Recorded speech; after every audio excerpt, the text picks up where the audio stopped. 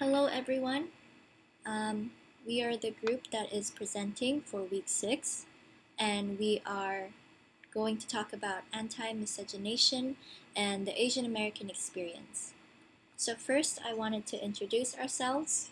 My name is Marianne, and this is my partner Sid. Hey guys. So, the first reading, we have two readings that we're going to cover. The first reading is Nikki Sawada Bridges and What Comes Naturally by Valerie Matsumoto.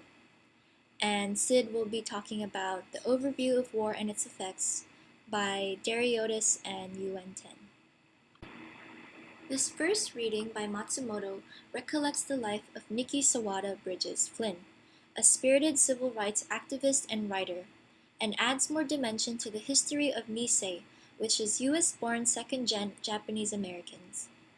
Noriko Sawada, also known as Nikki Bridges, is a SoCal native and an only child of a Japanese immigrant farmer and his picture bride wife. She is truly an inspiration and has accomplished so much for her community, and her legacy lives on today. As Matsumoto words, Nikki embodies the antithesis of a stereotypical, shy, and quiet Nisei. Her father immigrated to the US seeking economic opportunities. He enlisted the services of a professional letter writer to court his prospective bride. Ura, who's Nikki's mother, was impressed by the eloquent letters and poems, and arrived to San Francisco with many Japanese picture brides during the peak of family immigration. Besides the letters, Ura received a touched-up misrepresented photo of Nikki's father. So when she found out, she kept quiet about her own past. She disgraced her family when she became pregnant at 16, then she had to deal with her son dying at the age of 2. But the opportunity of marriage abroad offered Ura a fresh start. Eventually, Ura told Nikki's father about her whole life backstory, and Nikki's father was touched by her courage and vulnerability, and they married at the ages of 46 and 35. They had the first son who died of a young age, so having lost 2 children, Ura was very overprotective of Nikki and restricted her from many everyday life activities. Ura became so obsessed with Nikki's purity that during her childhood, her mother would even go as far as regularly checking to see if her hymen was intact. Nikki remembers how her parents would pay for her lessons to take Japanese traditional dance, or odori, as the picture is shown in the bottom right, and attend Japanese language school every day after public school. Her parents' and teachers' vision for herself was drastically different to her own. Nikki yearned to stomp about the stage in a Virginia reel or a polka, so she basically wanted to feel energetic and express who she was, rather than confine herself to the image and expectations of her parents to become the perfect daughter. Unfortunately, Nikki's year at Santa Ana Junior College was cut short by World War II. She and her parents suffered forced removal and confinement with nearly 120,000 other Japanese Americans. Her family stayed in Poston Camp in the Arizona desert for 3 years. Nikki recalls being terribly angry. Everything was turned upside down. Her parents taunted her for siding with the Americans, even if they were kept locked up.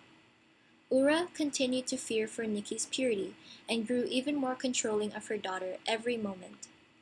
Nikki suffered immense mental health issues. She grew suicidal and became depressed and frustrated. This led to Nikki overdosing on sleeping pills. A friend of hers fortunately called a doctor and they ended up stopping her attempt. After the war, Nikki moved to Berkeley, joining the growing numbers of Nisei and participating in various services and organizations.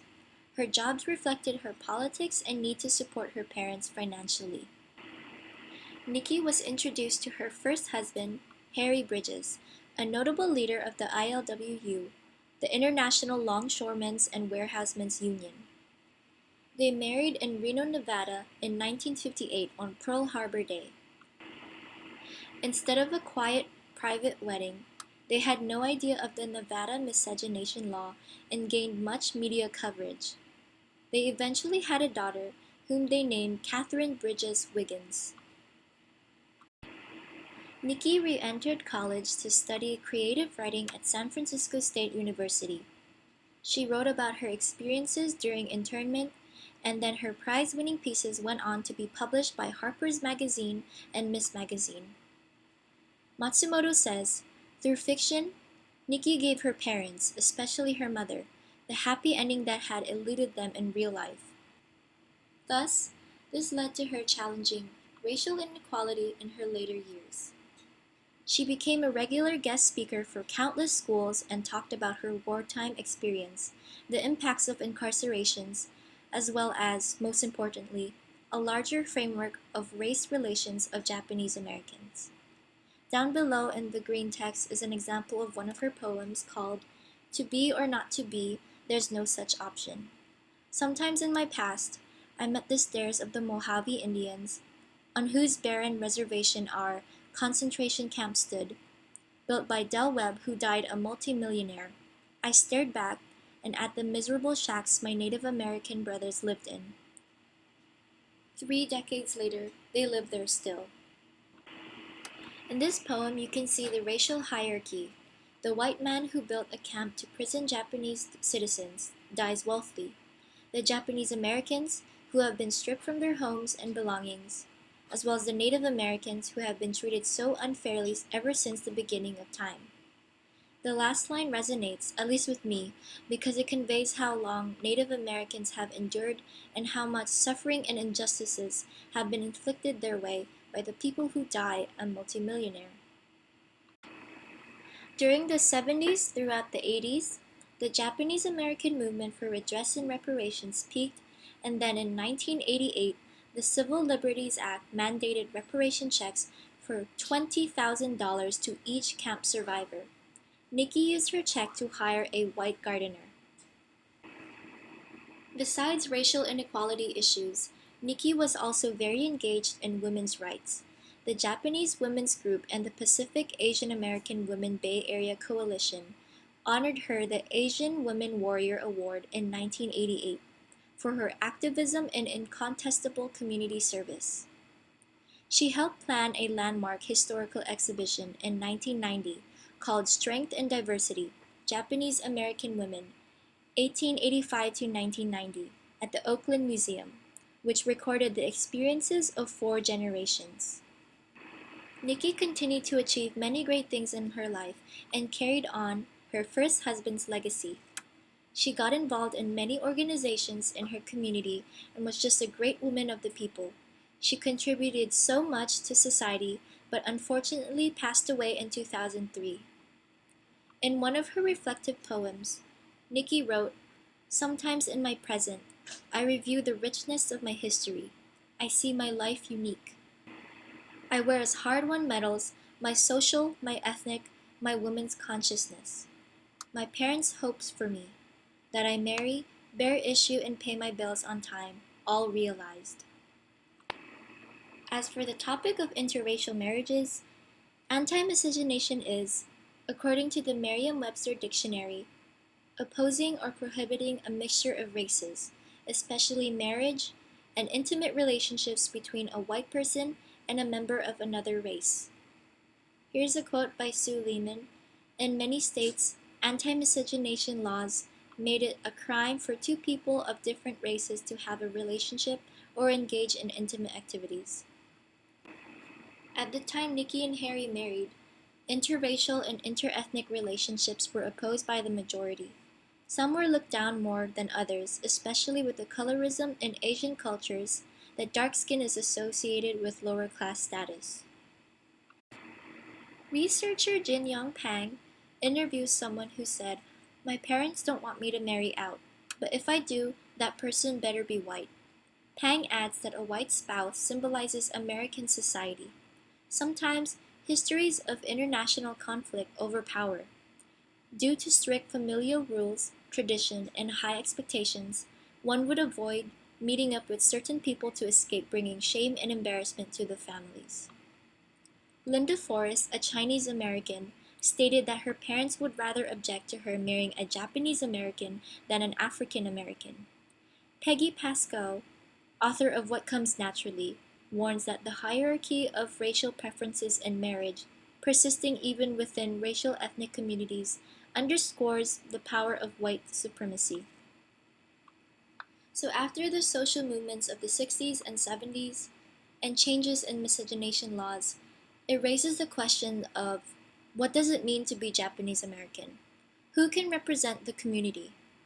Descendants of couples like Nikki and Harry have gained increasing visibility in the ethnic community.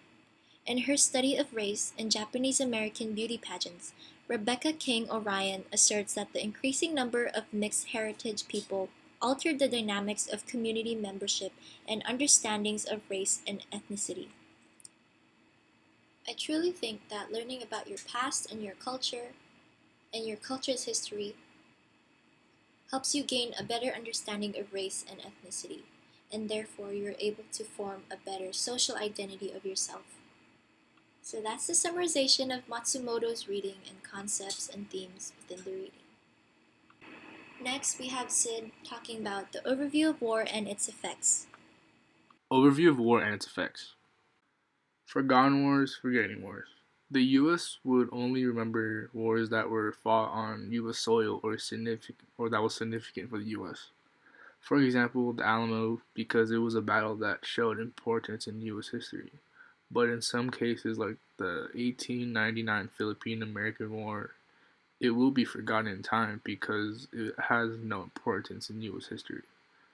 As for minimization, it's used to reduce the actual years involved and amount of people that died during war or battle. Violence against women. As war happened in Asia, the sexualization and fetishization of Asian women increased. Many U.S. military bases that were stationed in Korea and Okinawa used Asian women as comfort women, which resulted in sex workers and even rape. During and after war, the fetishization of Asian women also increased, which resulted in mail order brides, which were where men would select women as a bride through the mail. Refugees and exiles. Refugees of war had different issues than those who came to America as immigrants. One big risk would be that refugees were at risk of being separated from their families when they fled their home country. They also lost all their belongings or even couldn't bring any of it. All their material wealth and family treasures were either left at home or even destroyed when they were seeking refuge. Unlike immigrants that left with their belongings, refugees had their homes without anything. Another issue would be coming into a country with zero knowledge. Immigrants were able to somewhat situate themselves, but as refugees, they had to start and learn on their own from the beginning. PTSD and other veterans' rights. Many war vets would experience PTSD from war because they would live through the horrors of war. For example, their platoon would die right in front of their eyes. The sounds of gunshots or anything similar would even cause a flashback into a time they feared. The U.S. even promised people to join the war with benefits that caught attention to many people. Filipino veteranos were one of the many that were promised benefits for fighting the war. But as the war ended, some or even many veteranos didn't receive anything for their service. Conflict within communities in diaspora. A big factor of conflict would be the generation gap. For example, the younger Asian Americans that have political views that center differently than older generation would cause conflict between the two, even to the extent that communism is working in those beliefs. Reparations. Japanese Americans are seeking reparations for the horrible treatment that was given to them during World War II. The internment camps that kept them captive for a long time has given them a negative memory from the past. Now, for being put under those horrible conditions, Japanese Americans are fighting for what is owed to them. Legislative activism. These are people that use their political power to fight for worthy causes. A few to be named would be U.S. Congressman Mike Honda. He fought for Filipino veteranos and their benefits that are owed to them for their services in war. Also, Latino Congressman Xavier Becerra and Senator Daniel Inouye both fought for Japanese and Japanese Latin Americans by creating acts and bills so that they can give the reparations Japanese and Japanese Latin Americans are fighting for. This concludes our teaching presentation. I hope you all enjoyed it. Thank you.